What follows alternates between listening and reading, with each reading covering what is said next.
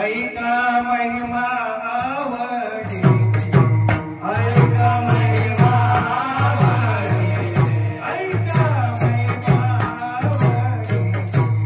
ऐका महिमा आवडी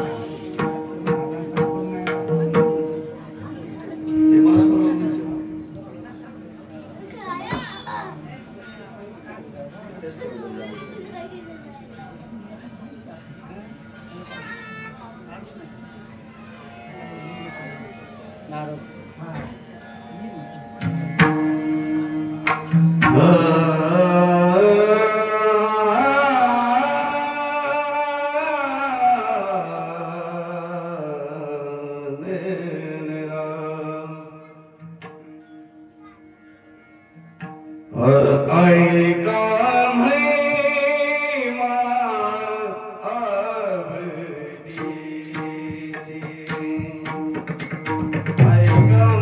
बोले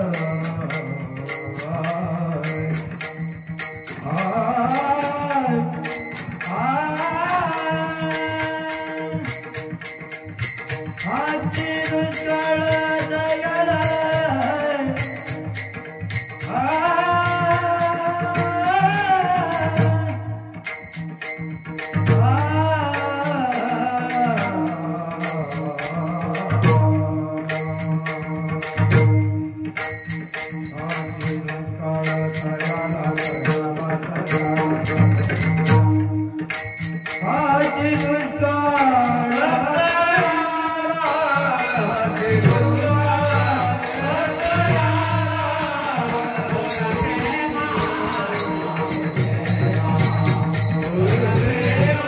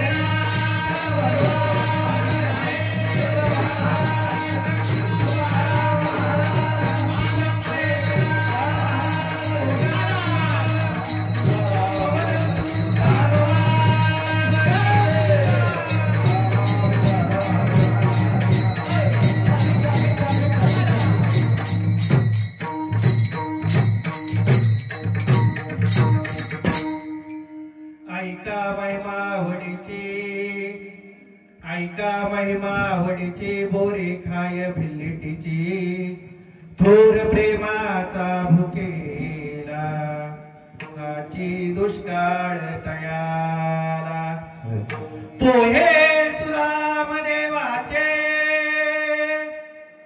फके मारी कोरड्याची थोर प्रेमाचा भुकेला हाची दुष्काळ तयाला विठ्ठल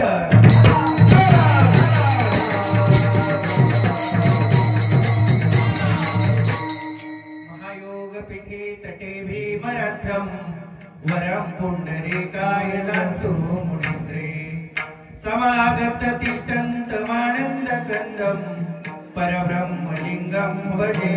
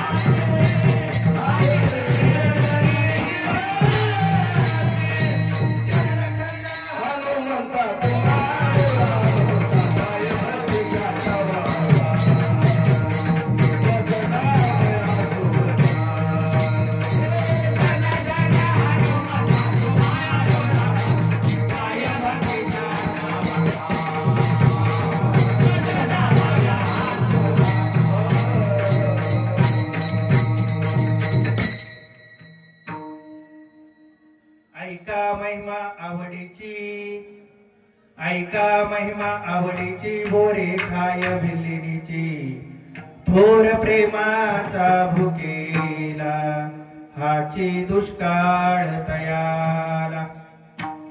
प्रस्तुत प्राप्त प्रसंगी आणि प्राप्त स्थळी कीर्तन रूपी सेवेसाठी निवडलेला जो अभंग आहे जगाचे जगद्गुरु महाराष्ट्राचे आराध्य दैवत असणारे छत्रपती महाराज यांचे श्री गुरु जिजाई रमण आणि सदैव वैकुंठ गमन करणारे माझे गाथा रूपी पंचम वेद निर्माते जगद्गुरु श्री श्री तुकोबाराय यांचा भक्तिपद प्रकरणातील 4 चरणाचा अभंग आज आपण या सेवेसाठी निवडलेला आहे. विठ्ठल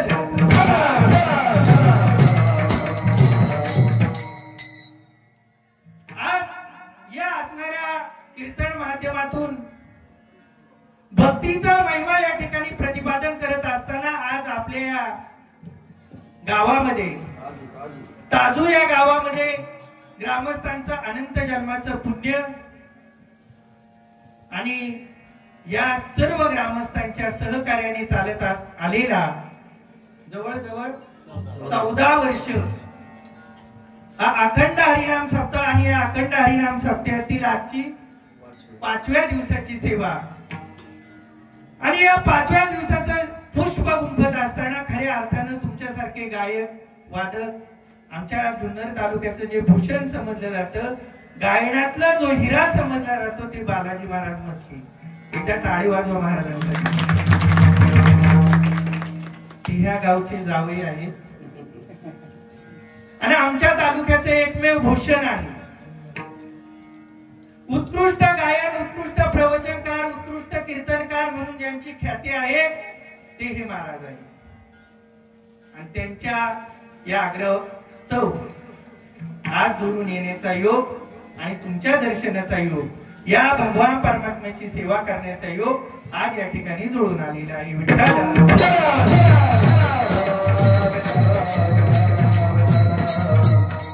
उत्कृष्ट वादक, उत्कृष्ट गायक आणि ह्या असणारे सर्व या गावातील सप्ताह कमिटीचे चेअरमन असतील, व्हाईस चेअरमन असतील, सदस्य असतील, महिला मंडळ असतील, बचत गट असतील, इथं आलेले सर्व देव आणि जेवायला येतील ते महादेव, सर्वांची नावं घेऊन या ठिकाणी सेवेला प्रारंभ.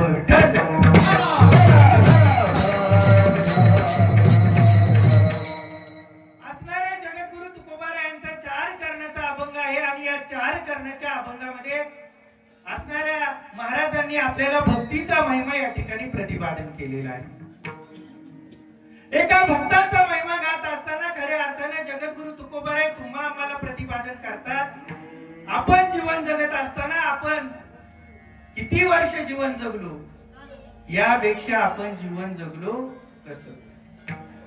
मग आपण जन्माला आल्यानंतर या जीवनामध्ये नक्की काय करतोय याचा ज्याचा त्यांनी काय केला पाहिजे, अभ्यास केला पाहिजे. महाराज आपण 14 वर्ष या ठिकाणी अखंड हरिनाम सप्ताह करतोय, परंतु या अखंड हरिनाम सप्ताहाच्या माध्यमातून आपल्या जीवनामध्ये आपण किती त्या ठिकाणी परिवर्तन केलं किंवा असणाऱ्या ज्ञानदानाच्या माध्यमातून आपण आपल्या जीवनामध्ये किती त्या ठिकाणी बदल घडून आणला. खऱ्या अर्थानं जर आपण आपल्या जीवनामध्ये नामा म्हणे ग्रंथ श्रेष्ठ ज्ञान दे, नामा म्हणे ग्रंथ श्रेष्ठ ज्ञान दे, नामा म्हणे ग्रंथ श्रेष्ठ ज्ञान दे, नामा म्हणे ग्रंथ श्रेष्ठ ज्ञान दे, नामा म्हणे ग्रंथ एक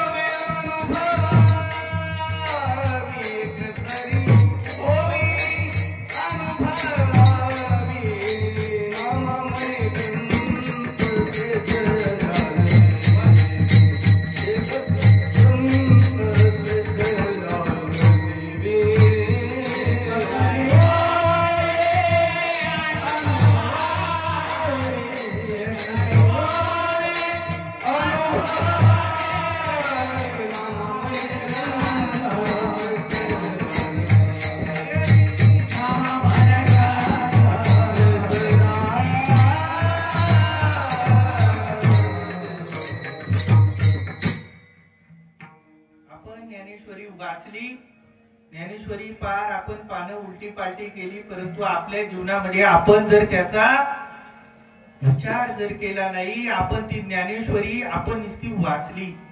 थोडा आवाज द्या महाराज आणि थोडा कमी ठेवला.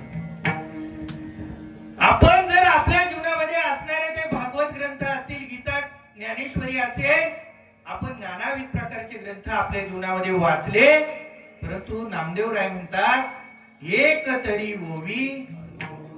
मग संतांना जो अनुभव आलेला आहे तो अनुभव संत या जगाला देत असतात.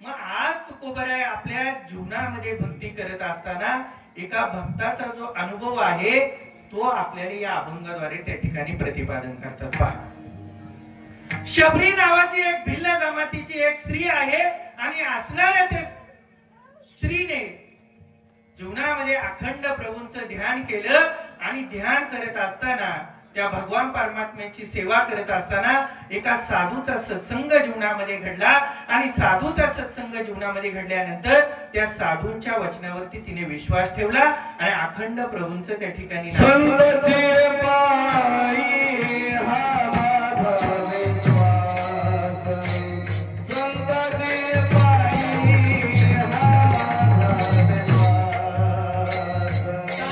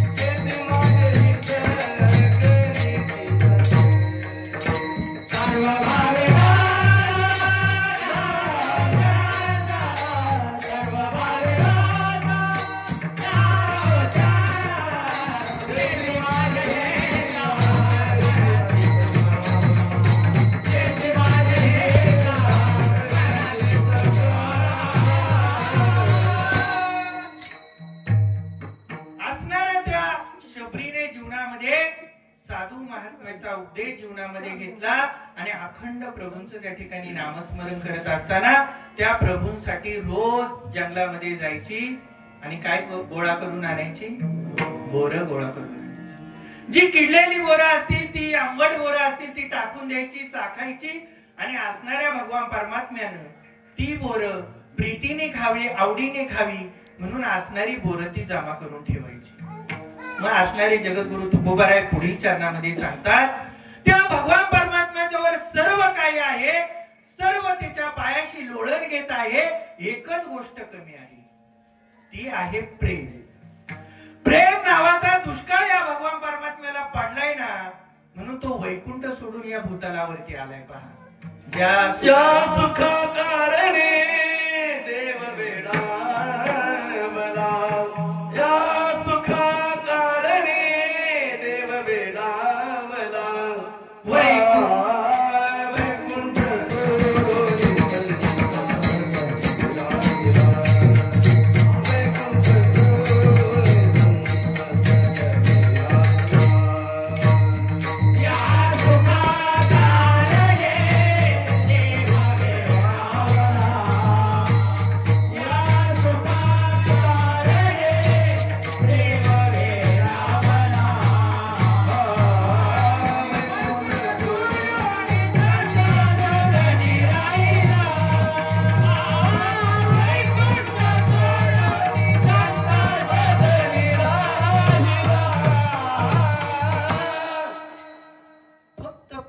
दुष्काळ पडलेला आहे.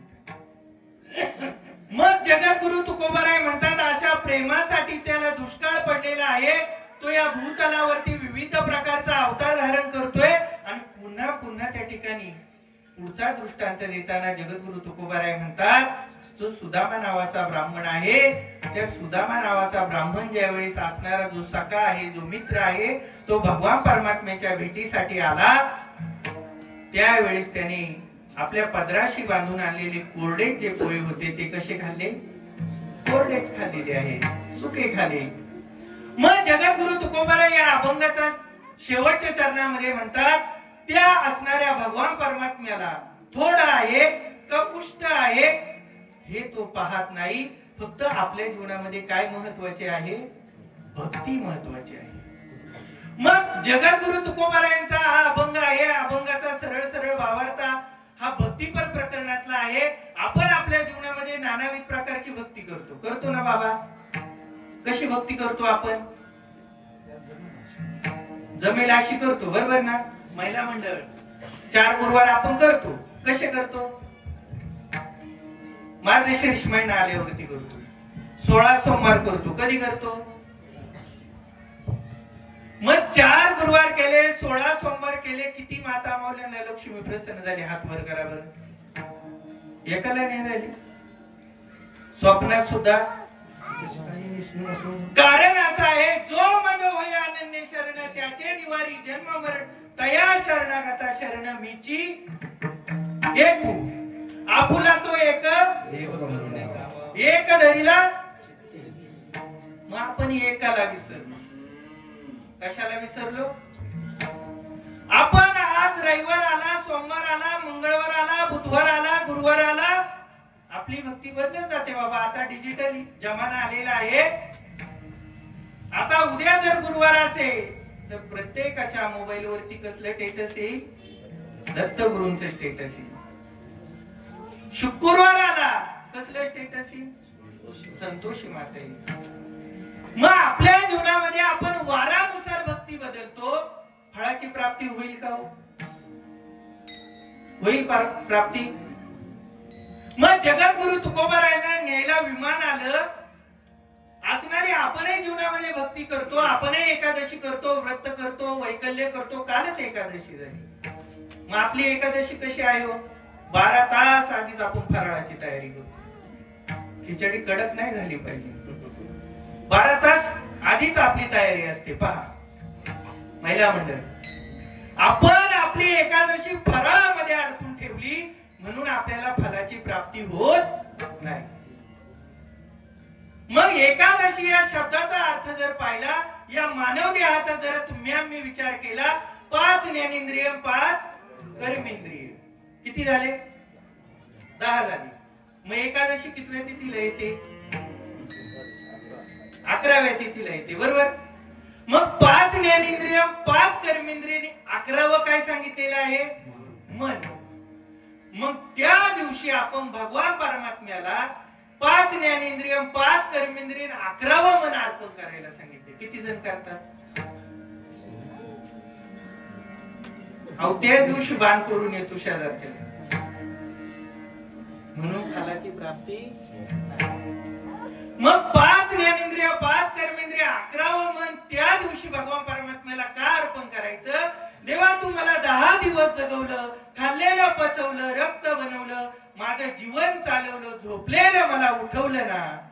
म्हणून खऱ्या अर्थानं मी 10 दिवस माझ्या स्वार्थासाठी जगलो. 11व्या दिवशी मी तुझे विचार माझ्या या भावांना जाऊन सांगेन. मन इंद्रियाचा राजा, मन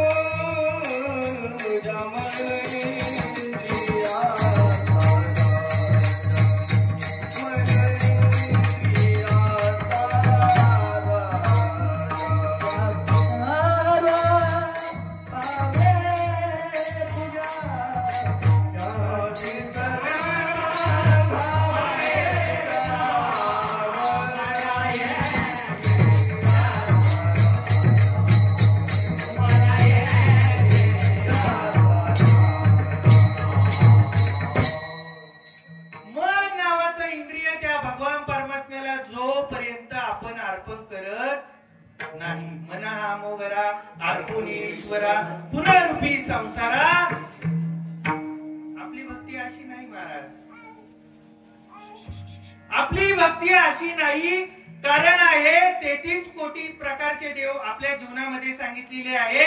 पण कोटी या शब्दाचा अर्थ होतो प्रकार. कोटी या शब्दाचा अर्थ काय होतो? प्रकार.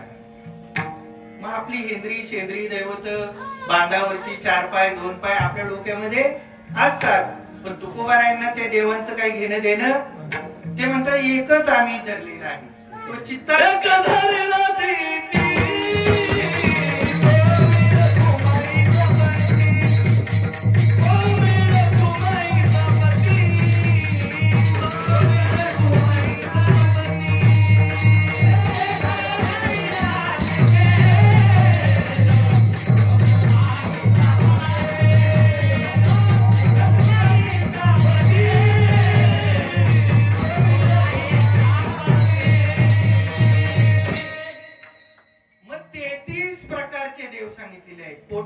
शब्दाचा अर्थ काय आहे?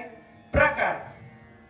मग 33 प्रकारचे देव आहेत. त्या 33 प्रकारच्या देवांमध्ये 5 देव आपल्या घरामध्ये पाहिजे. किती देव पाहिजे? 5 प्रकारचे देव पाहिजे.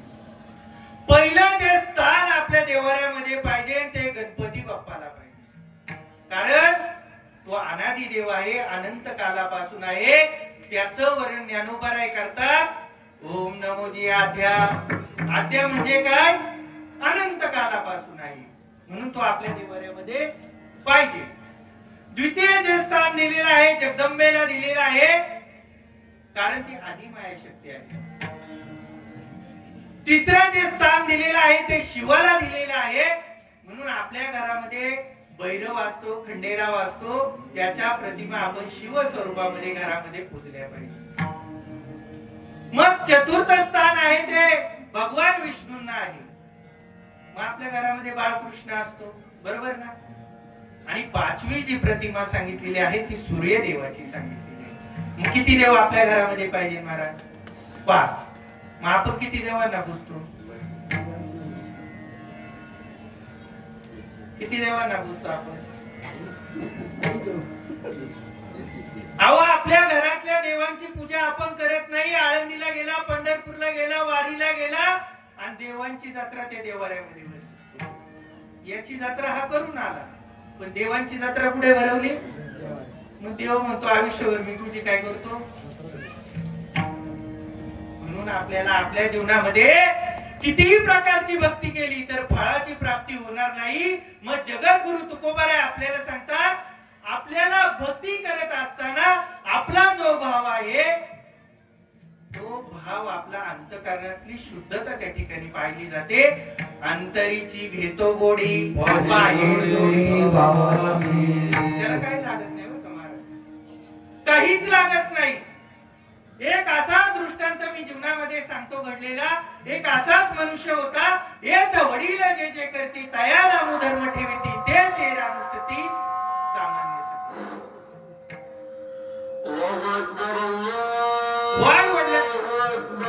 वाढ वडिलांची जी परंपरा आहे त्या वाढ वडिलांच्या परंपरेनुसार त्याने व्रत वैकल्य जीवनामध्ये चालू ठेवलं.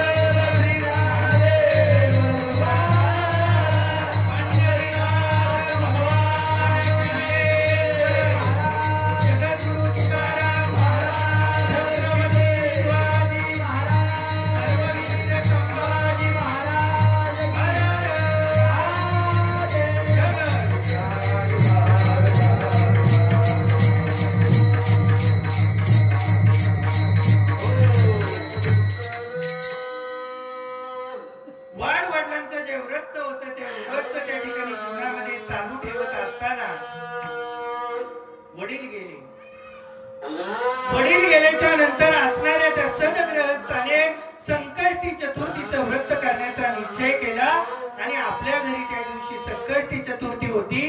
त्या दिवशी आपल्या मित्रांना शब्द दिला, आज आपण कुठे जाणार आहोत? पार्टी करण्यासाठी जाणार आहोत. कामावरती मित्रांना शब्द दिला, आज आपण ढाब्यावरती पार्टी करण्यासाठी जाऊ, परंतु संकष्टी चतुर्थीचं व्रत आहे. पूजेची सर्व तयारी केली. असणाऱ्या त्या भगवान गणपती बाप्पाचा जो दुर्वा आहे, जी फुलं होती, जे काय तयारी असेल, 16 ओळ दिसून असणारा तो बाळासाहेब अगदी 7 वाजल्यापासून तयारीत आहे. बरं, त्याला कुठं जायचंय? मित्रांसोबत पार्टीला जायचं. मग असणाऱ्या त्या बाळासाहेबांना 7 वाजले, 8 वाजता फोन आला. मित्र काय फोन उचलत नाही, म्हणून बाळासाहेबांचे मित्रच त्याच्या घरी आले. घराच्या अंगणामध्ये आले आणि बाळासाहेबांना आवाज देऊ लागले, अरे बाळासाहेब, आपल्याला पार्टीला जायचंय, तुला किती वेळा फोन केला, तू फोन सुद्धा आमचा घेत नाही. त्याने सांगितलं, माझ्या वाडवडिलांचं व्रत आहे, संकष्टी चतुर्थीचं व्रत आहे, हे मला सोडून येणार नाही. मित्र आता अगदीच वरच्या आवाजामध्ये बोलू लागली, अरे तुला या ठिकाणी 10 वेळा आम्ही समजून सांगितलंय, तुला पार्टीला यावं लागेल.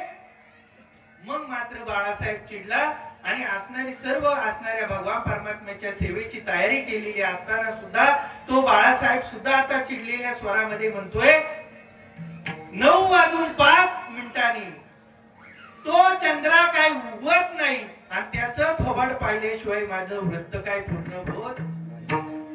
किती संकटाच्या चतुर्थी गेल्यानंतर गणपती प्रसन्न होईल का? मनामध्ये आपल्या काय नाही, भाव नाही.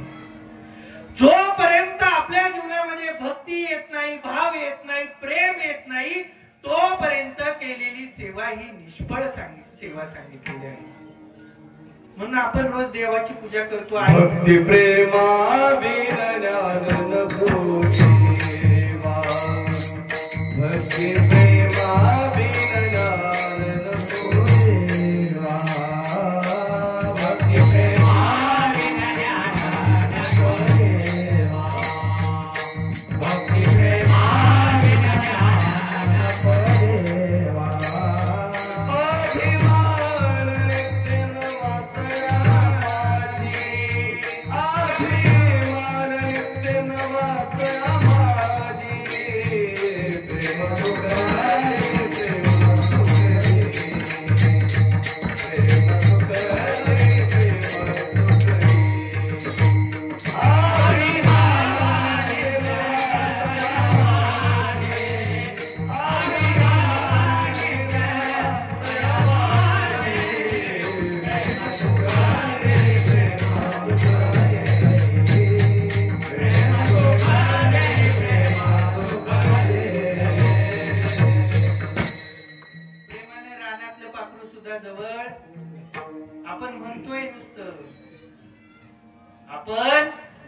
पण जीवनामध्ये वागत फलाची प्राप्ती. मग तुकोबरायांची भक्ती आहे, त्या भक्तीचा विचार केला आणि आपल्या भक्तीचा जर विचार केला, आपल्या भक्तीमध्ये स्वार्थ दडलेला आहे, आसक्ती दडलेली आहे, मोह दडलेला आहे, षड विकार दडलेले आहेत. म्हणून फलाची प्राप्ती तुम्हाला आम्हाला होत नाही. एक बाबा मला भेटले आणि बाबा म्हटले, अरे मी दिवसभर नामचिंतन करतोय, भगवान परमात्मा माझ्या स्वप्नामध्ये सुद्धा येत नाही. मी म्हटलं येईलच कसा, चित्त नाही ना आम्ही, तू सगळं करतोय पण तुझं त्या ठिकाणी चित्त जाग्यावरती नाही. मग चित्ताची जी एकाग्रता आहे त्याचं नाव भाव सांगितलेलं आहे. मग तुकोबाराय म्हणतात, माझे चित्त तुझ्या पायावर आहे. इतकं सुंदर सुंदर वर्णन तुकोबाराय करत असताना चित्ताची आणि एकाग्रतेला महत्व दिलेलं आहे. मग मी म्हणत नाही तुम्ही दिवसभर जपमाळा ओढा, काय क्षण द्याल, काय मिनिट द्याल, काय वेळ द्याल, काय काळ द्या, तो त्या ठिकाणी मी विसरला पाहिजे. माझ्यातला मी ज्या दिवशी विसरल त्या दिवशी खऱ्या अर्थानं तो भगवान परमात्मा तुम्हाला आम्हाला प्रसन्न झाल्याशिवाय राहणार नाही. पहा, एक असा दृष्टांत आहे, ज्याप्रमाणे सकाळ दुपार संध्याकाळ आपण भगवान परमात्म्याचं नाम घेतो त्यालाच त्या ठिकाणी देव प्रसन्न होतो. पहा, नारदजी सुद्धा म्हटले, नारायण नारायण, मी सारखा जप करतोय पण भगवान परमात्मा कधीच मला लाड करू नये. मग त्याला सांगितलं, त्या पृथ्वी तलावरती जा आणि एक शेतकरी त्या ठिकाणी जेवण करत होता आणि त्या शेतकऱ्याला जाऊन विचार, मी त्याला प्रसन्न झालेला आहे. कारण काय आहे, उठल्या बरोबर तो भगवान परमात्म्याला त्या ठिकाणी आठवतोय. दुपारी त्या ठिकाणी जेवणाची निहारी करायला बसल्यानंतर भगवान परमात्म्याला आठवतोय आणि संध्याकाळी झोपताना सुद्धा आठवतोय. ज्ञानोबराय सांगतात, पहा, नित्य नेम नामी लक्ष्मी वल्लभ. हरिपाठ पाठ आहे आपला, लक्ष्मी वल्लभ. पण आपल्या जवळ काय आला, हरिपाठाचा सपाट झाला आपला. मग असणारा लक्ष्मी वल्लभ जर आपल्या जीवनामध्ये उतरवायचा असेल ना, तर मग पहा, एक असाच डॉक्टर होता आणि त्या डॉक्टरच्या हाताखाली एक कंपाऊंडर होता. कंपाऊंडर आता थोडा अर्धवट शिकलेला होता. बालाजी महाराज गावाला आला आणि गावी आल्यानंतर त्याने त्याच्या गावामध्ये एक दवाखाना चालू केला आणि दवाखाना चालू केल्यानंतर आपल्या गावामध्ये एखादा असा एक नारद मुनी असतो, तो अख्ख्या गावाला काय करत असतो, जाहिरात करीत असतो. असणाऱ्या त्या मनुष्याने त्याच्या पोटामध्ये दुखू लागलं. त्याला कुणीतरी सांगितलं आपल्या गावामध्ये एक डॉक्टर आलेला आहे आणि तो या डॉक्टरकडे गेल्यानंतर पोटाचे इलाज बरे होतात. मग असणारा तो नारद मुनी म्हणजे कळीचा माणूस होता. तो त्या असणाऱ्या दवाखान्यामध्ये गेला आणि दवाखान्यामध्ये गेल्याच्या नंतर त्याला थोडासा गुण पडला. डॉक्टरने त्याला 3 प्रकारच्या गोळ्या दिल्या, सकाळ, दुपार आणि संध्याकाळ. तो गावात आला. गावात आल्याच्या नंतर सगळीकडे त्या ठिकाणी चर्चा वाढू लागली. चर्चा वाढत असताना एक कुंभारदादा त्या रस्त्याने चाललेला होता आणि कुंभारदादा चिंतेमध्ये होता बरं का. चिंतेवाली दादा असणारा कुंभारदादा चिंतेमध्ये आहे. कुंभारदादा विचार करतोय त्याचं गाढव हरवले. काय हरवले? गाढव हरवले. मग हा कळीचा नारद त्या असणाऱ्या कुंभारदादाला जाऊन भेटला. त्या कुंभारदादाला तो सांगू लागला, काय कुंभारदादा तुम्ही चिंतेमध्ये आहे, आनंदी जीवन जगावं, झालं गेलं विसरून जावं. मग असणारा तो कुंभारदादा सांगतो, अरे बाबा माझं गाढव हरवले, माझा चिखल बनवायचा राहिलाय, माती व्हायची राहिली, मला काहीतरी उपाय सांग, मला गाढव शोधू लाग. कारण असं आहे माझं काम खोळंबलेलं आहे. मग असणाऱ्या त्या कुंभारदादाने त्याला व्यथा मांडल्याबरोबर त्याने काय करावं, तो म्हणला आपल्या गावामध्ये एक डॉक्टर आले आणि ते डॉक्टरकडे तुझा इलाज पूर्ण होईल. आता कुंभारदादा आडलेला होता, आडला हरिंदरी गाढवाचे पाय. मग असणाऱ्या त्या डॉक्टरकडे गेला. डॉक्टरने त्या असणाऱ्या त्या कुंभारदादाकडे पाहिलं. कुंभारदादा दष्टपुष्ट होता, अगदी माझ्यासारखा, खात्या पित्या घरचा होता कुंभारदादा. कुंभारदादाने सांगितलं, डॉक्टर साहेब माझा हरवलंय गाढव. मग असणाऱ्या त्या कुंभारदादाला त्या डॉक्टरने काय करावं, सकाळ दुपार संध्याकाळचा काय दिला, गोळ्यांचा डोस दिला. आता असणारा कुंभारदादा घरी आला आणि घरी आल्याच्या नंतर तो कुंभारदादा त्या ठिकाणी सकाळची गोळी घेतली, दुपारची गोळी घेतली, संध्याकाळची गोळी घेतली. घेतला लोटा का जा डोंगराच्या पोटावर, घेतला लोटा का जा. कुंभारदादाच्या शरीरामध्ये पाणी शिल्लक राहिले नाही. कुंभारदादाला जुलाबाने हैराण केले. पहा, आता कुंभारदादाने विचार केला, सारखं कधी जायचं डोंगराच्या, आपण डोंगरावरच जाऊन बसू, कोणीच आपल्याला पाहणार नाही. कुंभारदादाने लोटा भरला, असणाऱ्या त्या टेकडीवरती जाऊन बसला आणि कुंभारदादाच्या शरीरात एकदम शरीरामध्ये पाणी सुद्धा शिल्लक राहिले नाही. कृश शरीर झालं. कुंभारदादा आता चक्कर येऊन त्या ठिकाणी पडले आणि काही वेळानंतर कुंभारदादा त्या ठिकाणी जागृत अवस्थेला आले आणि खाली डोकावून पाहतात तर काय, त्या डोंगराच्या पोटाला त्यांचं गाढव चरत होत. मग कुंभारदादा मनामध्ये विचार करतो, थोडासा त्रास झाला पण गुण मात्र आला. मग असणारा कुंभारदादा आपलं गाढव घेऊन गावामध्ये मिरवत असताना, घरी नेत असताना तिथे एक घटना घडली. का त्या नगराचा जो राजा होता, त्या राजाची जी पत्नी होती, जी राणी होती, त्या राजाला आवडत नसायची. मग त्या असणाऱ्या राणीला त्यांनी वाऱ्यावरती म्हणजे वाटेवरती सोडून दिलेलं होतं. नावडती राणी होती, ती भेटली या कुंभारदादाला. कुंभारदादाला आपली व्यथा मांडली, राजा मला सांभाळत नाही, मी वाऱ्यावरती आलेले आहे, उपाय सांगा. कुंभारदादा म्हटला, आपल्या गावामध्ये कोण आलेला आहे, डॉक्टर आलेले आहे, तुम्ही बोलत जा, मुके तर नाही ना कोणी, काजूकर बोलत जायचं. हा विठ्ठल.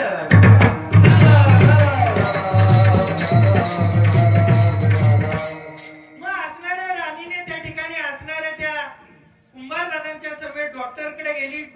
असणारी ती राणी सुद्धा सशक्त होती बरं. असणाऱ्या त्या डॉक्टरने त्या राणीलाही 3 प्रकारच्या गोळ्या दिल्या, सकाळ दुपार संध्याकाळ. राणीने गोळ्या घेतल्या, सकाळ दुपार संध्याकाळ. राणी तर कोपऱ्यातच पडून राहिली. इतका जुलाबाने हैराण केलं का असणारी राणी एका कोपऱ्यामध्ये पडून राहिलेली आहे आणि ती राणी विचार करते, आता काय माझं खरं राहिलेलं नाही, मी तर चांगली होते, हा विचार मला ही अवदसा सुचली कुठून. काही काहींना अवदसा सुचते, नको तिथं जातात आणि चांगला संसार चालला असेल तर आपण काय करतो, इथं 2-4 बसलेले हा माझ्या समोर आहे, आता मी नाव घेऊन सांग. मग अशा असणाऱ्या त्या राणीने कृश शरीर झालेलं आहे आणि त्या असणाऱ्या अवस्थेमध्ये राजाला बातमी दिली. राजाला वाटलं आता ही राणी जर इथं मेली तर माझी काय होईल, अपकीर्ती होईल. मग त्या राजाला विचार पडला कशी काय असानं राजवाड्यात येऊन मेली तर काय हरकत नाही. राजाने त्या असणाऱ्या महालामध्ये सेवकांना सांगितलं, रथ वगैरे सजवला आणि त्या राणीला आणण्यासाठी तो रथ त्या ठिकाणी असणाऱ्या कुंभार दादाच्या घरी गेला. राणीला मान सन्मानानं पुन्हा पुन्हा त्या ठिकाणी असणाऱ्या त्या वाड्यामध्ये आणण्यात आलं आणि वाड्यात आणल्याच्या नंतर राणी मनामध्ये विचार करते थोडासा त्रास झाला पण गुण मात्र आला. मग असणारी ती राणी त्या ठिकाणी आपलं सुंदर प्रकारचं जीवन जगत होती. एक दिवस अशी घटना घडली का तो जो राजा आहे त्या राजाच्या नगरावरती परदेशी असणाऱ्या राजाच्या विरुद्ध सैन्याने काय केला, आक्रमण केलं. आक्रमण केल्याच्या नंतर मधोमध अशी एक गंगा वाहत आहे, एक नदी वाहत आहे. नदीच्या पल्याड त्या ठिकाणी असणाऱ्या ते आक्रमण करणारे सैन्य आहे, इकडे राजाचं सैन्य आहे. परंतु राणीने राजाला सल्ला दिला. काय सल्ला दिला, डॉक्टर आपल्या गावामध्ये आता राजा काही डॉक्टरकडे जाणार नाही, तो नगराचा राजा आहे, त्या डॉक्टरलाच नगरामध्ये बोलवण्यात. मग असणाऱ्या डॉक्टरने सल्ला दिला जेवढे सैनिक बसलेले आहे ना तेवढे मोजा म्हटले आणि तेवढ्या काय बनवल्या, पुड्या बनवल्या. प्रत्येकाला आज्ञा दिली. गोळ्यांचा डोस कसा आहे, सकाळ दुपार. आता त्या सैनिकांनी जशा गोळ्या चालू केल्या, महाराज घे लोटाका जा नदीच्या काठावर, घे लोटाका जा नदीच्या काठावर. आता परदेशी जे आलेले आक्रमण करणारे सैन्य होतं ते म्हटले यांच्या अंगात तर वारकऱ्याचा ड्रेस दिसतोय, अंगामध्ये टाळ आहे, अंगावरती पांढरा पोशाख परिधान केलेला आहे, हातामध्ये टाळ आहे, मुखामध्ये नाम आहे. त्याचप्रमाणे म्हणजे सर्व काय हातामध्ये आहे, सर्व काही सैनिक आहेत, अंगारखा त्यांचा दिसतोय, कुठलंच काही साहित्य हातामध्ये लढायचं दिसत नाही. म्हटले आता विचार केला आणि एक त्यातला हुशार मनुष्य होता बघा, वासरात लंगडी गाई शहाणी असते. मग असणाऱ्या त्या मनुष्याने त्यांना सांगावं, अरे म्हणजे कोरोना सारखं संकट त्या गावावरती आलं असेल, तिथं जाण्यात काय अर्थ राहिलेला नाही. आलेले सैनिक पळाले ना तिथून. मग राजा त्या ठिकाणी विचार करतो सैनिकांना थोडासा त्रास झाला पण गुण मात्र विठ्ठल.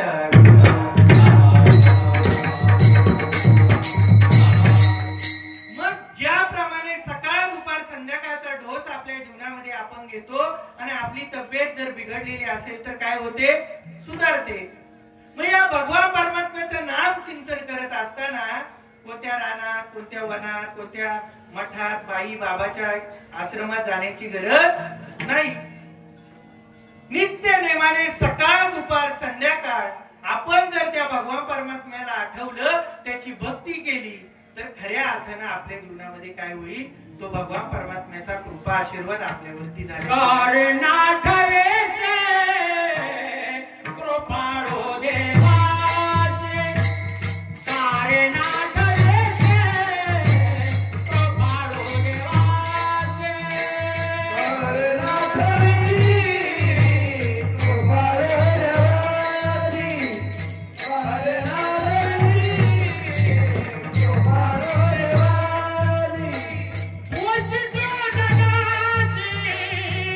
एक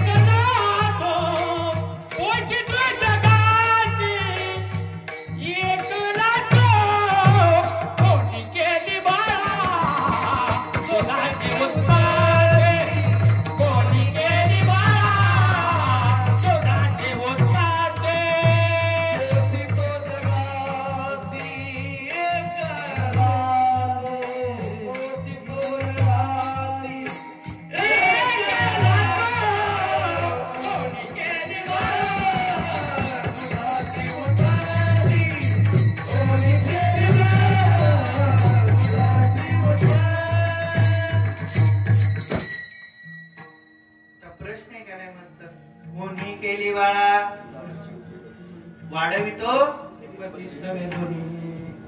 काही यंत्रणा आहे का आतमध्ये?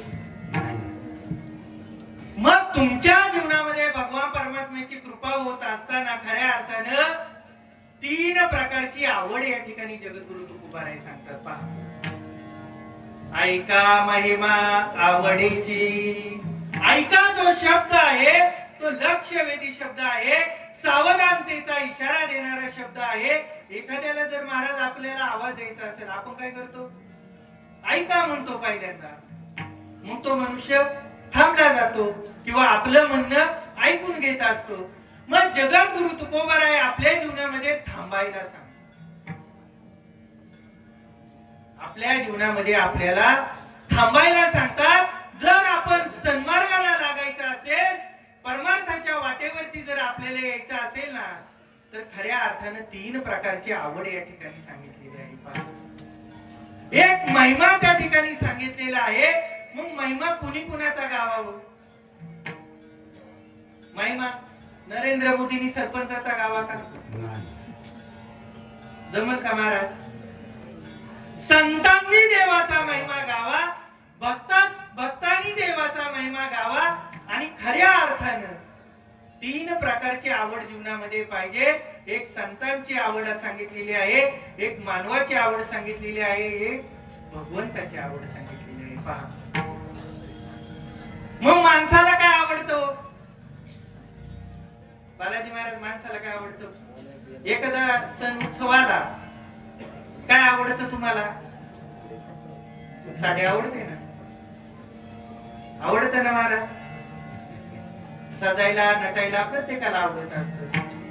मानवाची जी आवड जगद्गुरु तुकोबाराय आपल्याला सांगतात. पहा, वाढावे संतान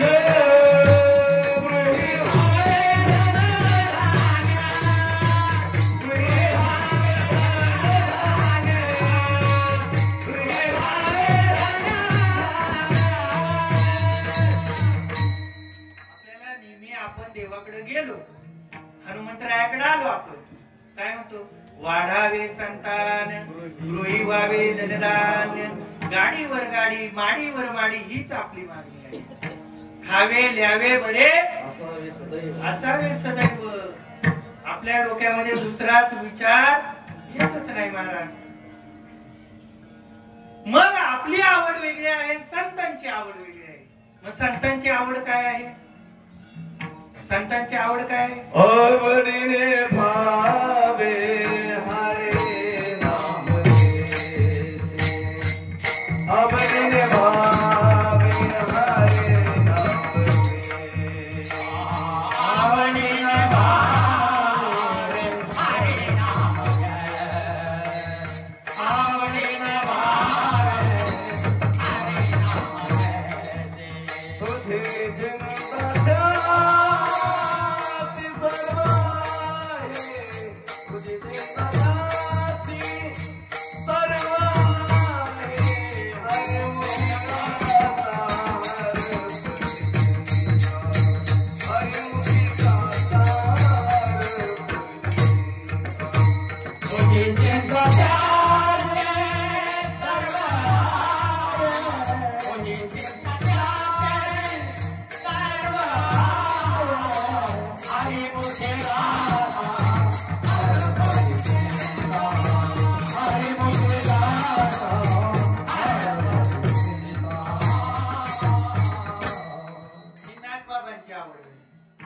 हरिमुखी गाता हरपली चिंता त्या नाही मागुता.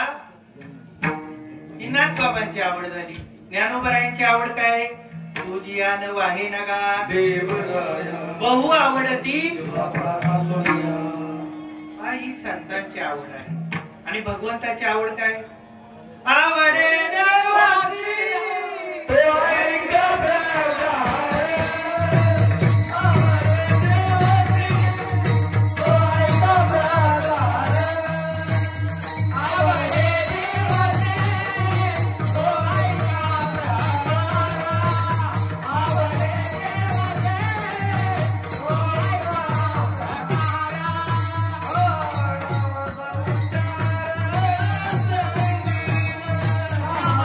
Hare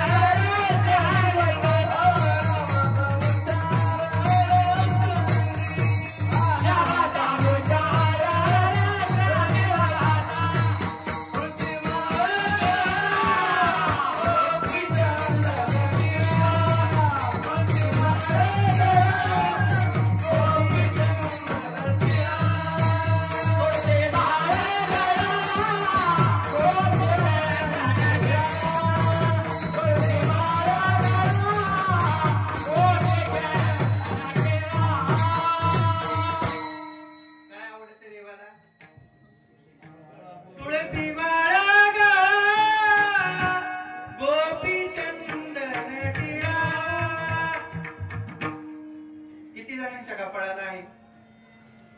आता टिकली आले बर का माता माऊल्यानं. तू गोपीचंद गेला आणि कुंकू गेला. सकाळी जर आपण स्नानगृहामध्ये गेलो तर आपले पतिराज कुठे असतात? भिंतीवरती. भिंतीवरती काय असावे? काल निर्णय असावे. परंतु आमचे पतिराज कुठे आहेत? म्हणून देवाची आवड आहे. मग देवाला जे आवडतं ना ते जीवाने पुरवलं पाहिजे. मग आपण देवाची आवड किती पुरवतो बरं? पुरवतो का? त्रेतायुगातला दृष्टांत तुकोबाराय सांगतात पहा. भिल्ल समाजाची एक मुलगी आहे, शबर नावाचा राजा आहे. त्या राजाच्या नगरामध्ये असणारी ती मुलगी आता उपर होऊ लागलेली आहे आणि उपर होत असताना अगदी तिचा विवाह संपन्न होणार आहे. अगदी आदला दिवस ठरलेला आहे. आदला दिवस आहे आणि असणारी ती मुलगी आपल्या सखी सोबत त्या अंगणामध्ये आली आणि अंगणामध्ये आल्याच्या नंतर पाहते तर काय, हजारो बोकडांची दावण त्या अंगणामध्ये लावलेली होती. तिनं तिच्या मैत्रिणीला विचारलं, का ग हे असणारे बोकड कशासाठी? त्यावेळेस असणाऱ्या त्या शबरीला त्या सखीनं सांगावं, मैत्रिणीनं सांगावं, अगं उद्या तुझं लग्न आहे, येणाऱ्या पाहुण्यांचा काय आहे? उद्या पाहुणचार आहे. त्याकरता हजारो बोकडांची दावण त्या शबर राजाने इथे लावलेली आहे. पहा, असणारी छोटीशी मुलगी आहे, वय त्या ठिकाणी एकदम सहनकुल आहे. असणाऱ्या त्या मुलीच्या डोक्यामध्ये प्रकाश पडला. एका जीवाच्या सुखासाठी अनेक जीवांचा काय जात आहे? बळी जातोय किंवा जीव जातोय. ही गोष्ट त्या शबरी मातेला सहन झाली. असणारी शबरी माताने विचार केला, भल्या मध्यान्ह रात्री तो असणारा शबर राजाचा जो राजवाडा आहे तो राजवाडा सोडून असणारी शबरी माता भयान अरण्यामध्ये चालू लागली. त्या भयान अरण्यामध्ये चालत असताना त्या असणाऱ्या शबर राजाच्या लक्षामध्ये आलं आणि असणारी शबरी त्या ठिकाणी असणारा राजवाडा सोडून गेल्याची बातमी कळाल्याबरोबर त्याने त्या ठिकाणी असणाऱ्या त्या शबरीच्या मागावरती आपले सैनिक त्या ठिकाणी पाठवलेले आहे. पहा, शबरी माता जीवाच्या आकांताने पळत आहे. आपल्या आयुष्याचे मोल तिला जीवनामध्ये कळाले होते. असणारी शबरी माता पळत असताना त्या रानावनामध्ये जात असताना तिला एक दुर्गंधीचा वास त्या ठिकाणी आला. घाण वास येतोय आणि त्या घाण वासाच्या दिशेने ती पळते. कारण काय आहे? त्या दुर्गंधीच्या वासाने पळत असताना ती शबरी माता अगदी अगदी जवळ गेली आणि तिला एक मेलेला उंट दिसला. त्या मेलेल्या उंटाच्या त्या सडलेल्या अवयवांच्या मधोमध ती असणारी शबरी घुसली आणि असं म्हणतात 3 दिवस आपल्या प्राणाचं रक्षण ती शबरी करत होती. 3 दिवस असणाऱ्या त्या उंटाच्या पोटामध्ये ती शबरी लपून राहिली. सैनिक निघून गेलं. 3 दिवसानंतर तिने विचार केला, आता सैनिक या ठिकाणी नाही. पुन्हा शबरीने पुढचा मार्गक्रमण चालू केला. असणारी शबरी चालते. मार्गक्रमण करत असताना तिला एक पर्णकुटी लागली आणि त्या पर्णकुटीमध्ये डोकावून पाहते तर काय, एक साधू महात्मे त्या ठिकाणी एका भगवान परमात्म्याचं नामचिंतन करत होते. श्रीराम जय राम जय जय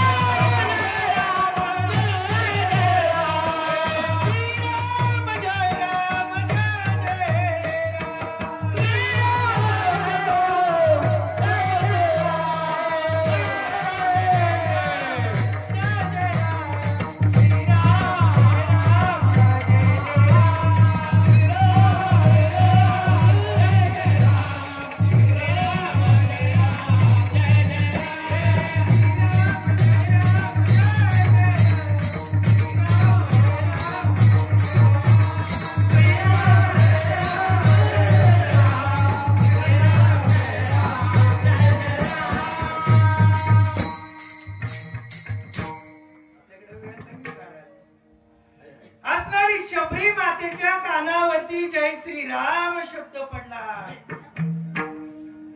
पहा, टाळ्या वाजवल्या नाही ना, त्याचा फायदा मी आज सांगणार. मी मुद्दाम भजन घेतलं होतं. आपल्या बोटाच्या मध्यभागी प्रत्येकाने हात लावून पहा, बोट लावून पहा. मधला जो पॉइंट आहे, मधला जो अग्रभाग आहे, टोकाचा जो भाग आहे, कसा आहे? उंच भाग सांगितलेला आहे. ज्या वेळेस आपली टाळी हातावरती हात आपटला जातो, त्यावेळेस आपल्या 72,000 नाड्यांचं जे कार्य आहे, ते कार्य त्या ठिकाणी सुरळीत त्या ठिकाणी चालू होत असतं. मग आपण टाळ्या कुठे वाजवतो? कुठे वाजवतो टाळ्या? मंडपात वाजवतो, बरोबर? विठ्ठल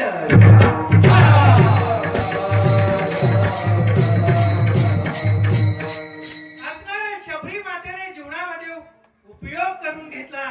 ते शब्द कानावरती पडले, परंतु त्या आश्रमामध्ये शबरी जात नाही. कारण असं आहे, मी खालच्या दर्जाचे आहे हो. मला हा भगवान परमात्म्याचा जो सेवक आहे, तो ऋषी आहे, मातंग नावाचा ऋषी आहे, तो स्वीकारेल का हो? हा विचार ती शबरी ज्या वेळेस करते ना, त्यावेळेस ते नाम आपल्या कानावरती घेते आणि दूरवर जाऊन त्या ठिकाणी अखंड भगवान परमात्म्याचे चिंतन करू लागते. दररोज शबरी पहाटे उठायची. ज्या आश्रमातून जे मातंग ऋषी गंगा स्नानासाठी जायचे, ती वाट रोज रोज सजवायची हो. अगदी रेखाटन करायची, रांगोळी काढायची, अगदी फुलांची सजावट करायची. 1 नाही, 2 नाही, 3 नाही, तर शबरी मातेचं आयुष्य हे 1.5 युगांचं सांगितलं होतं. एक दिवस मातंग ऋषी विचार करतात, हे कोण करत असेल? असणारी शबरी माता त्या ठिकाणी रोज नित्याचं कर्म करत आहे. आणि हे नित्य कर्म करत असताना ते मातंग ऋषींची दृष्टी त्या असणाऱ्या शबरीवरती पडते. आणि मग सांगतात, का ग बाई, तुझी ओळख काय?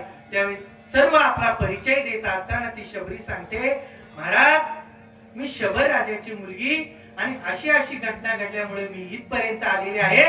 तुमचे शब्द कानावरती पडले आणि मी या रानावनामध्ये त्या अखंड प्रभू रामचंद्रांचं ध्यान करू लागले. परंतु जगद्गुरु तुकोबाराय म्हणतात, तो कोणत्या कुळातील आहे, तो कोणत्या वंशातील आहे, तो कोणत्या गोत्रातील आहे, त्यासाठी भगवान परमात्मा सर्वांसाठी समान आहे. न सांगता करी सर्व. पहा, उंच नींच काही तिष्ठे भाव भक्ती भावाचा बुकेला आहे. मग असणाऱ्या त्या भगवान परमात्म्याची सेवा तिच्या जीवनामध्ये येत असताना जीवनामध्ये तिला साधूची भेट झाली. साधू बोध झाला, निरोनिया ठेला. साधू एकदा जीवनामध्ये आले ना, आपला अंधाकर जीवन जगणारे मनुष्य आहे, ते प्रकाशाकडे वाटचाल करतात. अगदी शबरीच्याही जीवनामध्ये तोच प्रसंग घडला. साधूचा उपदेश पुन्हा कानावरती पडला. हे बघ, माझा अवतार कार्य या ठिकाणी संपत आलेला आहे आणि तुझ्या आयुष्याला तशी सुरुवात झालेली आहे. मला त्या प्रभू रामचंद्रांचं दर्शन होणार नाही. यदा कदाचित तुला तो प्रभुराया त्या ठिकाणी दर्शन देईल. परंतु ही तुझी जी सेवा आहे, ही भक्तिभावाची सेवा आहे, ही अखंडपणे चालू ठेव. शबरीच्या आयुष्यामध्ये शबरी 1.5 युग आयुष्य जगली. परंतु हे जीवन जगत असताना रोज रोज तेच काम करायचे. पहा, आपल्याला जर एखाद्या गोष्टीचा अनुभव नाही आला, बाबा आपल्याला खूप अंग दुखतंय, आपण एखाद्या बाईकडे गेलो, म्हणजे कोणत्या बाईकडे? अनादि निर्गुण.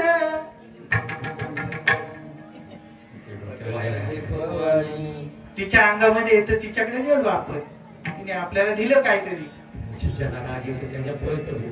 आणि दिल्याच्या नंतर खऱ्या अर्थानं त्या असणाऱ्या, आपल्याला वाईट नाही बोलायचं, त्या असणाऱ्या मातेने जर आपल्याला एखादा अंगारा दिला आणि तो अंगारा जर आपण लावला, आपल्याला काय येतो? आपल्याला टीका नाही करायची, काय येतो? गुण येतो. मग एखाद्यानं माती उचलून दिली, त्या मातीचा सुद्धा काय येतो? गुण येतो. काय येतो गुण? तुमच्या मनामध्ये त्या मातीवरती काय जडलेला आहे? भाव जडलेला आहे, प्रेम जडलेला आहे. म्हणून एखाद्याला माती जरी खायला दिली ना माता मौल्यानं तरी अनुभव आल्याशिवाय राहणार नाही. मग असणाऱ्या त्या शबरीच्याही जीवनामध्ये असंच घडलं. तिला त्या असणाऱ्या महात्म्याचं दर्शन झालं आणि तिच्या कानावरती जे शब्द पडले ते तिने जीवनामध्ये घेतले आणि खऱ्या अर्थाने तिच्या जीवनाला सुरुवात झाली. रोज वाट पाहायची. वयोवृद्ध झालेली शबरी आहे.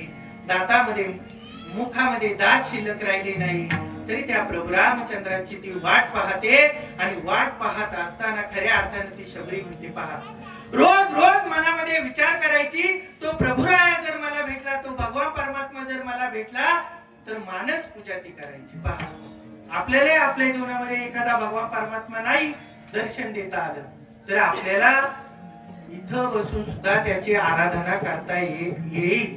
पण कशी करता येईल? आपण डोळे झाकायचे. जसं त्या आदिमाया शक्तीचं रूप आपल्या डोळ्यापुढे घ्यायचं, त्या भगवान परमात्म्याचं रूप आपल्या डोळ्यासमोर घ्यायचं.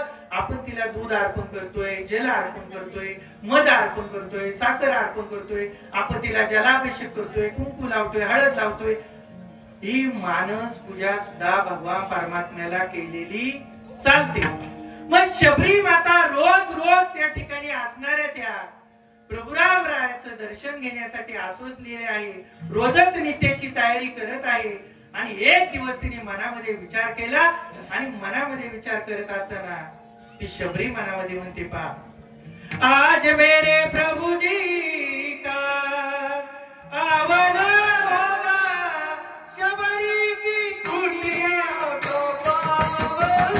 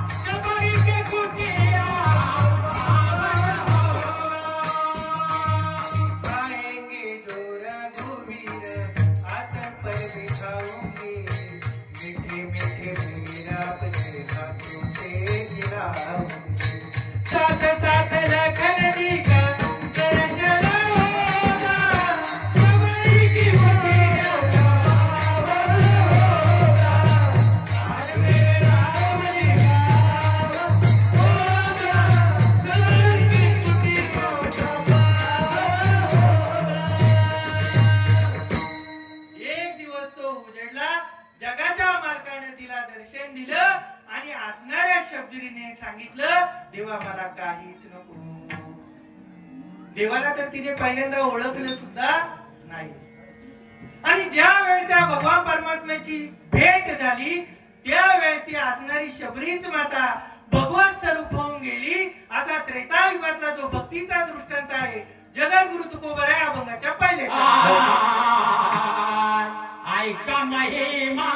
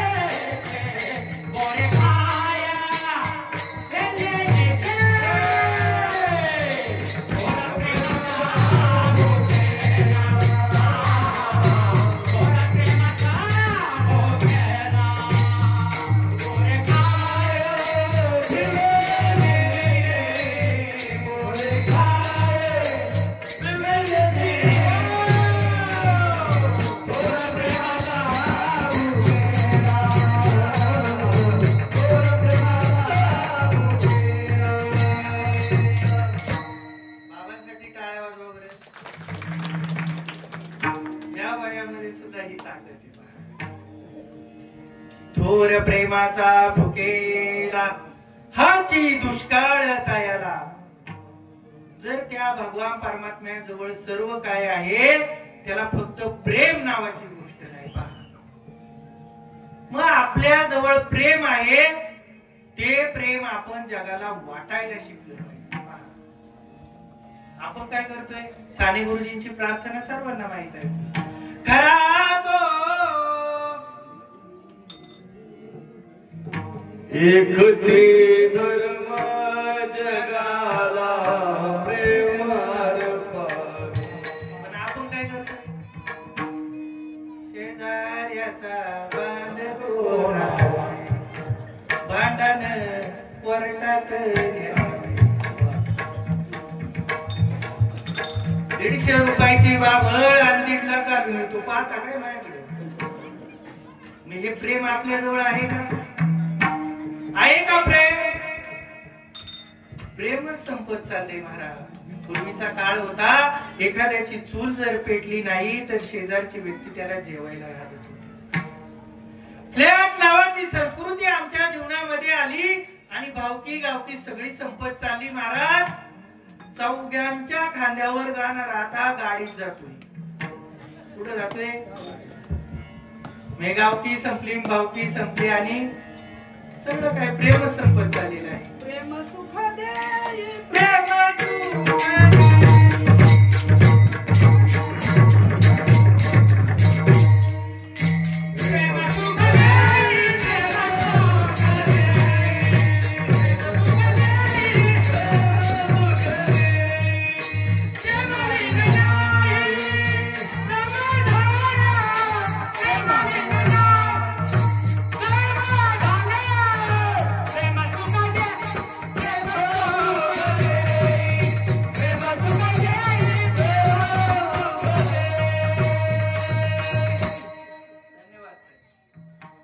भगवान परमात्मा काय मागतोय आपल्याकडं? प्रेम नावाचं सुख मागतोय. मग प्रेमाचे प्रकार सांगितलेले आहेत 3. किती सांगितलेले आहे बाबा? 3. पहिलं जे प्रेम आहे ते सामान्य प्रेम आहे. पहिले जे प्रेम सांगितलेलं आहे शास्त्रकाराने ते सामान्य प्रेम सांगितलेलं आहे. मग त्या प्रेमाची व्याख्या पाहत असताना आपल्या स्वतःचा ज्या ठिकाणी विचार केला जातो, ज्या ठिकाणी आपल्या सुखाचा विचार केला जातो, त्या असणाऱ्या गोष्टीला काय म्हणावं? सामान्य प्रेम म्हणावं. पहा, एक कुब्जा नावाची दासी होती.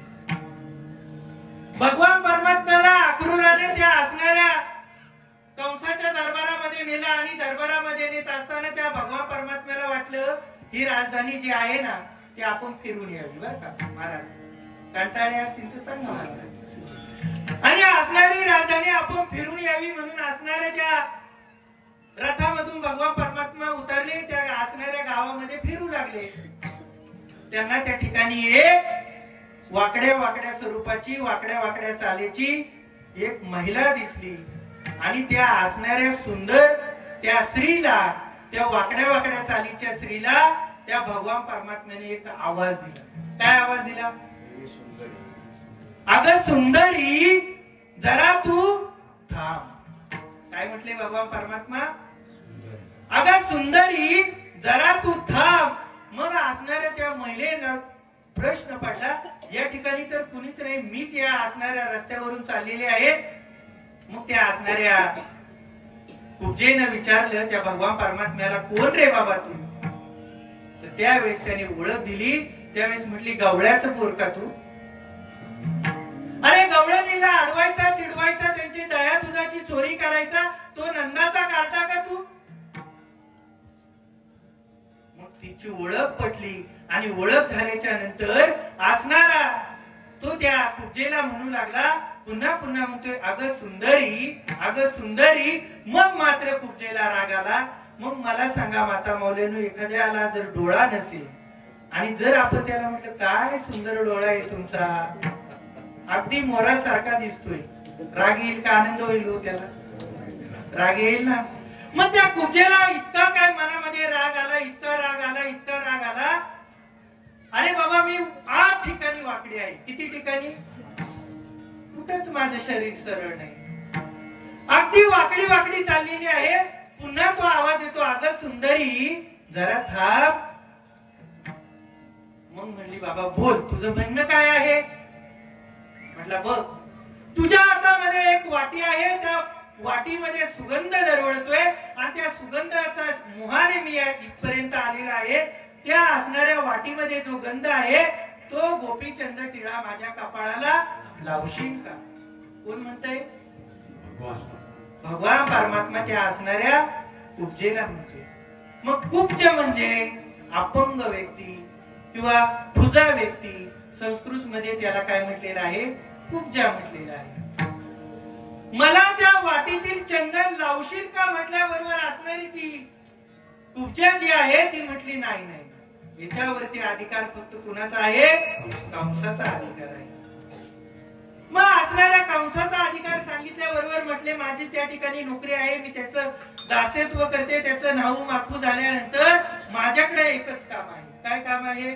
त्याला रोज काय लावायचा? गंध लावायचा. मी तुला यातील चंदन देऊ शकत नाही, यावर कंसाचा अधिकार आहे असं म्हटल्याबरोबर त्या भगवान परमात्मा हट्टी होता. तो नटखट होता. त्या असणाऱ्या कुब्जेला पुन्हा सुंदरी म्हणून चिडवल्याबरोबर आता मात्र तिची तळपायाची आग मस्तकात गेल्याबरोबर त्या भगवान परमात्म्याने तिच्या पायावरती पाहिली. ही हनुवटी होती वाकलेली, ती सरळ केली.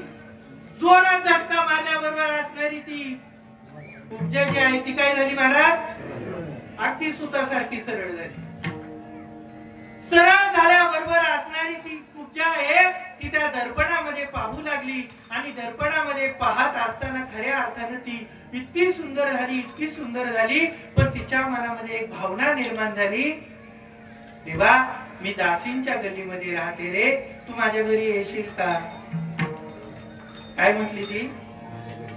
माझ्या घरी येशील का? कारण ती जी कुब्जा होती, ती जी कुरूप स्त्री होती, ती कशी होती? गरीब होती, अत्यंत दासींच्या गल्लीमध्ये राहणारी स्त्री होती. तिला वाटले या भगवान परमात्म्याने जर माझ्या घरी आगमन केलं तर माझं घर काय होईल? पावन होईल, मी श्रीमंत होईल, ही भावना तिच्या मनामध्ये निर्माण झाली. म्हणून मला या ठिकाणी दृष्टांत हा सांगायचा आहे.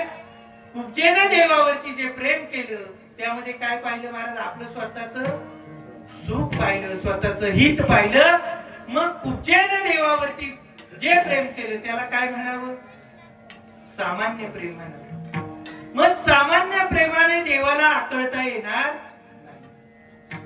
दुसरं जे प्रेम सांगितलेलं आहे ना, काय सांगितलेलं आहे दुसरं प्रेम? ज्या सुखामध्ये दोघांच्याही त्या ठिकाणी समन्वयाचा विचार केला जातो ते जे प्रेम आहे, त्या प्रेमामध्ये गोपिकांनी भगवंतावरती केलेलं विशेष प्रेम आहे. भगवान परमात्म्यानं गोपिकांनी इतकं प्रेम केलं, इतकं प्रेम केलं. मग त्या असणाऱ्या भगवान परमात्म्याचं वर्णन करत असताना एक दिवस अशी घटना घडली का भगवान परमात्म्याचं मस्तक दुखायला लागलं, डोकं दुखायला लागलं आणि भगवान त्या ठिकाणी गडबडा लोळायला. तू जगाचा मालक आहे, हे नैमित्तिक कारण आहे. इतका त्या ठिकाणी डोकं दुखतंय म्हणून त्या ठिकाणी नारदजी आले. नारदजींना सांगण्यात आलं, म्हणले डोकं काही उपाय करून राहा. सर्व उपाय करून झाले, काढा उघडून झाला, लेप लावून झाला, चंदन लावून झाला, सगळं काय करून झालं, पण भगवान परमात्म्याचं डोकं राहत नाही. मग नारदाकडे एक काम दिलं. काय काम दिलं? या असणाऱ्या मृत्यू लोकामध्ये जायचं आणि माझ्या भक्ताच्या पायाची धूळ घेऊन यायची. ती माझ्या अभ्रपटलाला लावल्यानंतर माझं डोकं काय होईल? शांत होईल म्हटले. नारदजी गेले, तिन्ही ताळामध्ये फिरून आले. फिरून आल्यानंतर त्यांना इतकीशी सुद्धा धूळ कुणी दिली नाही. पहा, इतकीशी सुद्धा धूळ कुणी दिली नाही. मग नारदजी आले, पुन्हा त्या ठिकाणी भगवान परमात्म्याच्या असणाऱ्या महालामध्ये गेले आणि भगवान परमात्म्याला सांगितलं एवढीशी सुद्धा धूळ कुणी दिली नाही. मग देव म्हटले, तू त्या ठिकाणी दया दुधाचा धंदा करणारे ज्या गवळणी आहेत तिथं गेलता का रे बाबा? तू नाही देवा मी काय गेलो नाही, कारण नारदजींना सुद्धा गर्व झाला होता. देवाला एवढासा सुद्धा गर्व महाराज सहन होत. तिळभरी जरी होय अभिमान, तीळ भरी जरी होय अभिमान, तो सुद्धा त्याला सहन होत नाही. नारदजींचा गर्व त्याला हरवून करायचा. मग नारदजींना सांगितलं त्या गोकुळातल्या ज्या गवळणी आहेत ना, त्या गोकुळातल्या गवळणींची भेट घेऊन या. नारदजी गेले. नारदजी गेल्याबरोबर त्या असणाऱ्या गवळणींच्या समवेत ते उंच आसनावरती बसलेले आहेत. गवळणी त्या ठिकाणी बसलेल्या आहेत. आणि मग नारदजी सांगू लागले, म्हणजे या कृष्णाने तुम्हाला काय दिलेला आहे? निरोप दिलेला आहे. एक गवळण त्या ठिकाणी उठली आणि ती गवळण पांढऱ्या चार मध्ये बोलू लागली बरं का महाराज. पांढरी चार उंच स्वरामध्ये बोलू लागली. नारदजींना म्हणते त्या काळ्याचा निरोप अजिबात सांगू नका. कारण काय? ज्या वेळेस तो हे नगर सोडून चालला होता, त्याला अडवण्याचा प्रयत्न केला. तो आम्हाला सोडून जात असताना आम्हाला शब्द देऊन गेला, मी पुन्हा तुम्हाला भेट देण्यासाठी किती दिवसांनी येईल म्हटलं महाराज. तो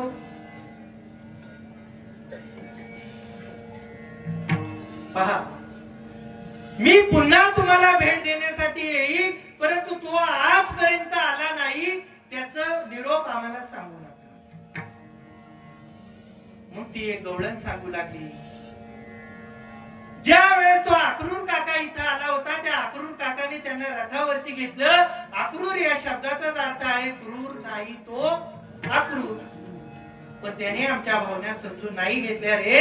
आम्हाला नाही त्या भगवान परमात्म्याची सेवा करून दिली. त्या अक्रूर चांडाळाने आक्रोरा नेहू नको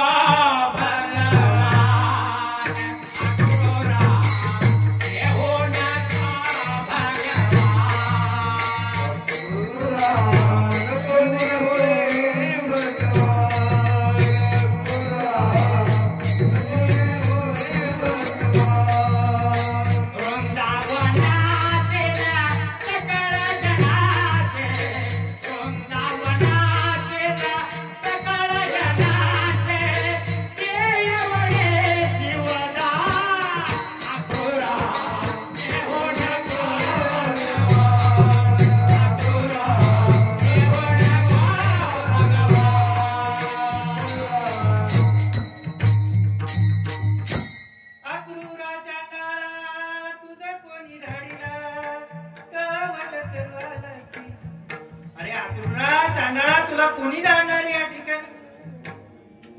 भूमी पडल्या वज्रवाळी. आम्ही त्या रथाच्या पुढे आडवे पडलो तरी तो नाही काळा खाली उतरला. त्याला नाही दया आली. तो म्हटला बाजूला व्हा, मी तुमची नक्की भेट घेऊन त्या ठिकाणी जाईल. हा विचार आम्हाला सांगून गेला म्हणून तो परत नाही आला. एक शहाणी गवळण उठली. अगं म्हणली त्याचा निरोप तर ऐकून तर घे. मग असणारे नारदजी सांगू लागले का असणाऱ्या भगवान परमात्म्याचं डोकं दुखतंय, तुमच्या पायाची धूळ त्याने मागितली. असणारी गवळण पार काळी, पांढरे चारवरून काळी एक वरती आली, खालच्या स्वरात आली, खाली बोलू लागली एकदम. आणि मग म्हणू लागली, अगं जा म्हटले यमुनेवरती जा, गड भरून आण. असा काही चिखल बनवला. सगळ्या गवळणी त्या चिखलामध्ये गेल्याबरोबर थोडी थोडी आपल्या पायाची धूळ काढली, नारदजींकडे दिली. नारदजींना सांगितलं त्वरा करा. तो कृपेचा कवळा आहे, आम्ही त्याला ओळखलेला आहे. तो लावण्य श्याम सुंदर आहे, त्याला या वेदना सहन होणार नसतील. हा भाव त्या गवळणींच्या मनामध्ये निर्माण झाला. त्या भावाला सामंजस्य प्रेम म्हणावं. त्या प्रेमामध्ये गवळणींनी त्यांचाही विचार केला आणि भगवंताचाही विचार केला. पती पत्नीचा विचार करते आणि पत्नी पतीचा विचार करते. ज्या सुखामध्ये दोघांचाही विचार केला जातो त्याला सामंजस्य प्रेम म्हणावं. विठ्ठल.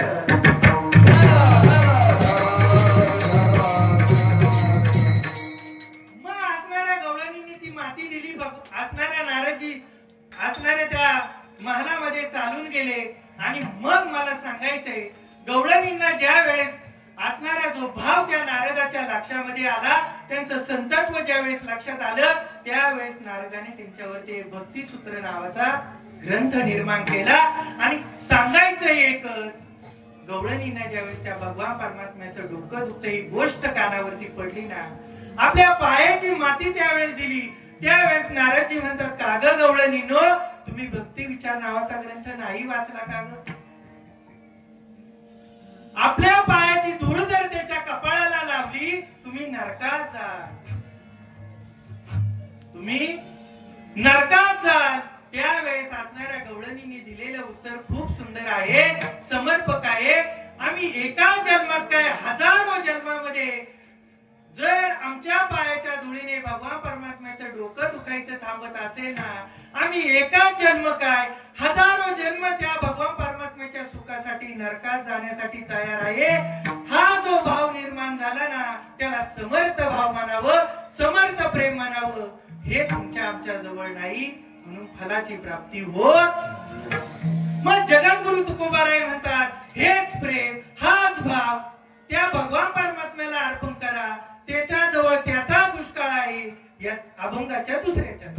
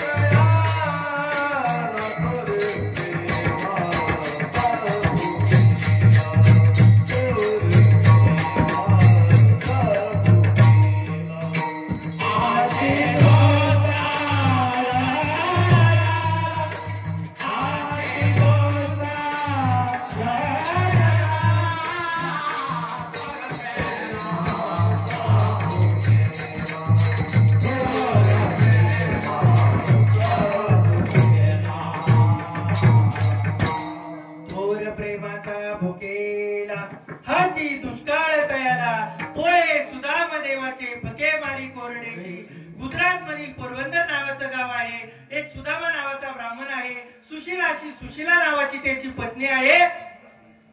दररोज 5 घरं मागायचा, परंतु 6वं घर जर मिळालं नाही तर आनंदाने त्या ठिकाणी भगवान परमात्म्याचा आभार मानायचा. असा सुदामा नावाचा ब्राह्मण आहे. पहा, सुदामा ब्राह्मण दारिद्र्य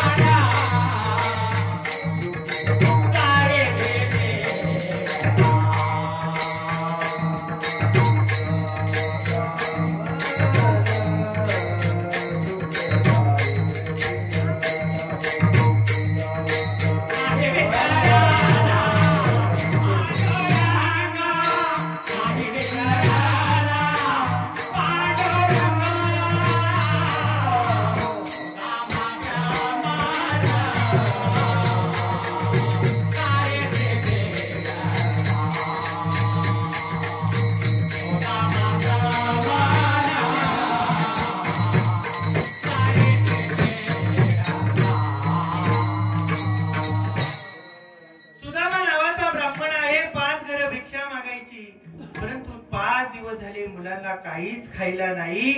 मग असणाऱ्या त्या सुदाम्याच्या पत्नीने एक विचार केला आणि सुदाम्याच्या पत्नीने सांगितलं, जो जगाचा मालक तुमचा मित्र आहे, तो सखा आहे ना, त्याच्याकडे जाऊन या बरं. त्या गोपाल कृष्णांची संकट काळामध्ये आठवण झाली. आपल्याला दुःखामध्ये भगवान परमात्म्याची काय होत असते बाबा, आठवण होत असते. म्हणून फलाची प्राप्ती. मी एकच वाक्य गिरवणार आहे शेवटपर्यंत. मग असणाऱ्या त्या सुदामा नावाच्या ब्राह्मणाला त्या पत्नीने एक प्रकारचा उपदेश केला आणि त्या मित्राची आठवण करून दिल्याबरोबर तो सुदामा नावाचा ब्राह्मण म्हणतो, अगं अगं मित्राकडं संकट काळाकडे जायचं नसतं, तो आपल्यासाठी धावून आला पाहिजे. म्हणून तरुणांना मी उपदेश करीन, आपल्या जीवनामध्ये चांगले मित्र निर्माण करा, का ते व्यसनापासून आपल्याला दूर नेतील, क्रांतिकारी विचार आपल्याला सांगतील, साधू महात्म्यांच्या वचनावरती आणतील, असे मित्र आपल्या जीवनामध्ये आपण कमवले पाहिजे. पहा मित्र कसे असतात बाबा, सोबती असतात. दुःख अडवायला मुंबऱ्यासारखा मित्र वणव्यामध्ये गारव्यासारखा. मित्र वनव्यामध्ये सुद्धा आपल्याला गारव्यासारखा वाटतो ना, मग हाच उपदेश कानावरती पडला. तरी से भी कटी कटी से भी लटी, म्हणजे आपलं गुडघ्यापर्यंत धोतर आहे, छोटासा मुंडस आहे. सुदामा ब्राह्मण आता घाईघाईने निघाला, वेळ कमी आहे, आणि असणाऱ्या त्या द्वारपालापाशी गेला आणि भगवान परमात्म्याच्या भेटीसाठी आसुसलेला सुदामा ब्राह्मण त्या असणाऱ्या द्वारपालांना विनंती करतोय. पा अरे द्वारपाल कन्हैयासे कही दो दर पे सुदामा गरीब आ गया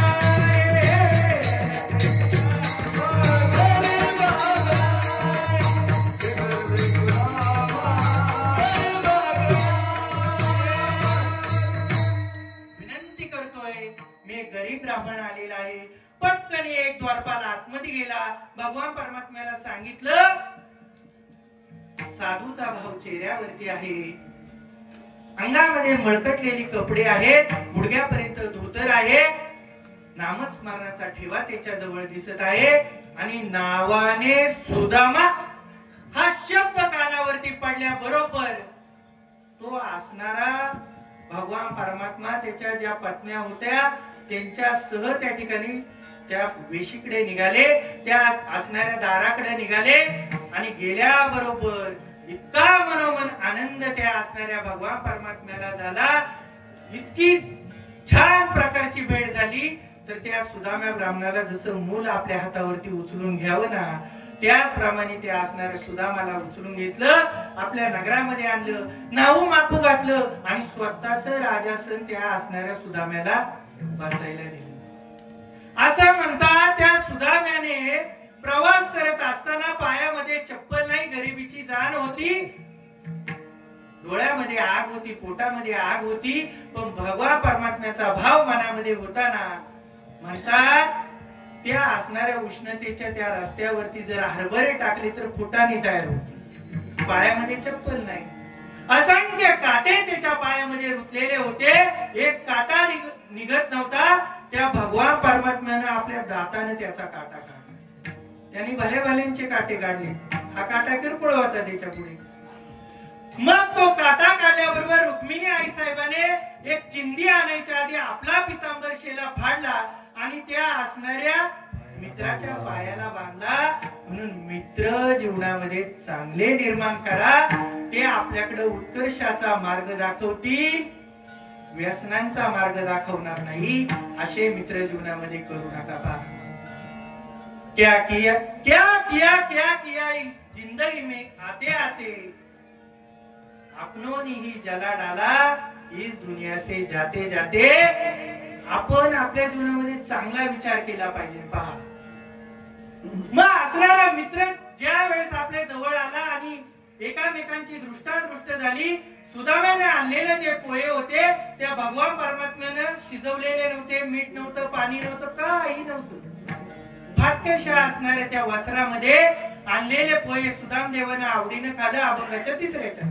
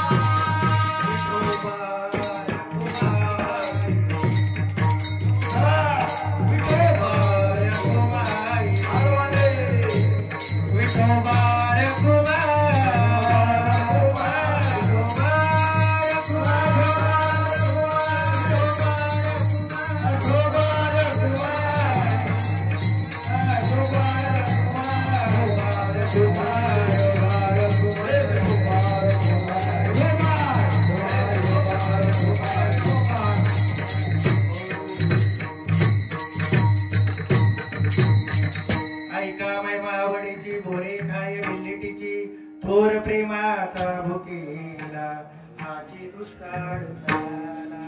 पोहे सुदाम देवाचे फके मारी कोरडेचे या भक्ती पुढे न म्हणे उचिष्ट अथवा थोडे तुका म्हणे भक्ती